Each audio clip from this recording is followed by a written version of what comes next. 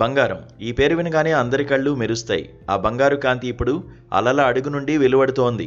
భారతదేశ పొరుగు దేశమైన చైనా మరోసారి తన బంగారు అన్వేషణలో ఒక పెద్ద పురోగతిని సాధించింది.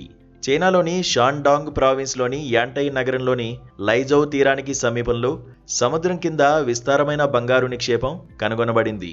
ఇది ఇప్పటివరకు ఆసియాలోనే అతిపెద్ద నీటి అడుగు బంగారు నిక్షేపంగా పరిశోధకులు చెబుతున్నారు.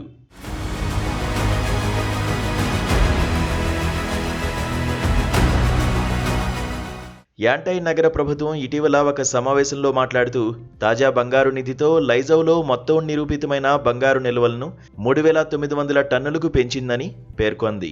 ఇది చైనా జాతీయ నిల్వల్లో దాదాపు 26% ప్రాతినిధ్యం వహిస్తోంది.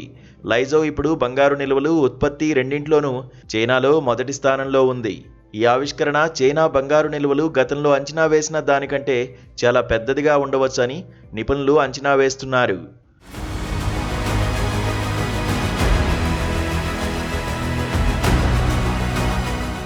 2025 నవంబర్లో కుస్లున్ పర్వతాల్లో 1000 టన్నులకు పైగా బంగారు నిక్షేపాలు కనుగొనబడ్డాయి.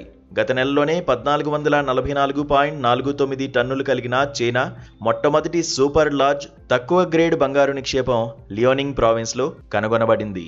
1949 తర్వాత ఇది అతిపెద్ద సింగిల్ బంగారు నిక్షేపం. గతంలో నవంబర్ 2023లో షాన్డాంగ్ ప్రావిన్స్ ప్రపంచంలోనే 3వ అతిపెద్ద బంగారు మైనింగ్ బెల్ట్ అయిన జియాడోంగ్ ద్వీపకల్పంలో 3,500 టన్నులకు పైగా బంగారాన్ని గుర్తించింది. చైనా ప్రపంచంలోనే అతిపెద్ద బంగారు ఉత్పత్తిదారు. గత సంవత్సరం దాని ఉత్పత్తి 377 టన్నులకు చేరుకుంది. అయితే నిరూపితమైన నిల్వల పరంగా అది ఇప్పటికీ దక్షిణాఫ్రికా, ఆస్ట్రేలియా, రష్యా కంటే వెనుకబడి ఉంది.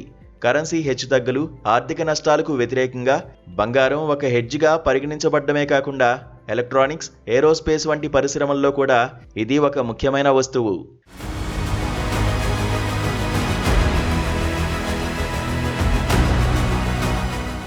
చైనా ఖనిజ అన్వేషణలో కృత్రిమ మేధస్సు, అధిక శక్తితో కూడిన భూమిలోకి చొచ్చుకుపోయే రాడార్, ఖనిజ అన్వేషణ ఉపగ్రహాలు వంటి అధునాతన సాంకేతిక పరిజ్ఞానాలను ఉపయోగించింది.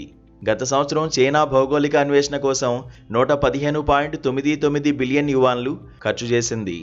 ప్రస్తుత పంచవర్ష ప్రణాళికలో ఈ వ్యయం 450 బిలియన్ యువాన్లకు చేరుకుంది. దీని ఫలితంగా 150 కొత్త ఖనిజ నిక్షేపాలు కనుగొనబడ్డాయి. అంతర్జాతీయంగా బంగారం ధరలు క్రమంగా పెరుగుతున్నాయి. ఇది ఆశాజనకమైన పెట్టుబడి సాధనంగా మారింది. కరెన్సీ హెచ్చుతగ్గులు, భౌగోళిక రాజకీయ ఉద్రిక్తతలు, అభివృద్ధి చెందుతున్న మార్కెట్, కేంద్ర బ్యాంకుల బలమైన కొనుగోళ్ల కారణంగా గోల్డ్ రేట్స్ ఎక్కువగా ప్రభావితం అవుతున్నాయి.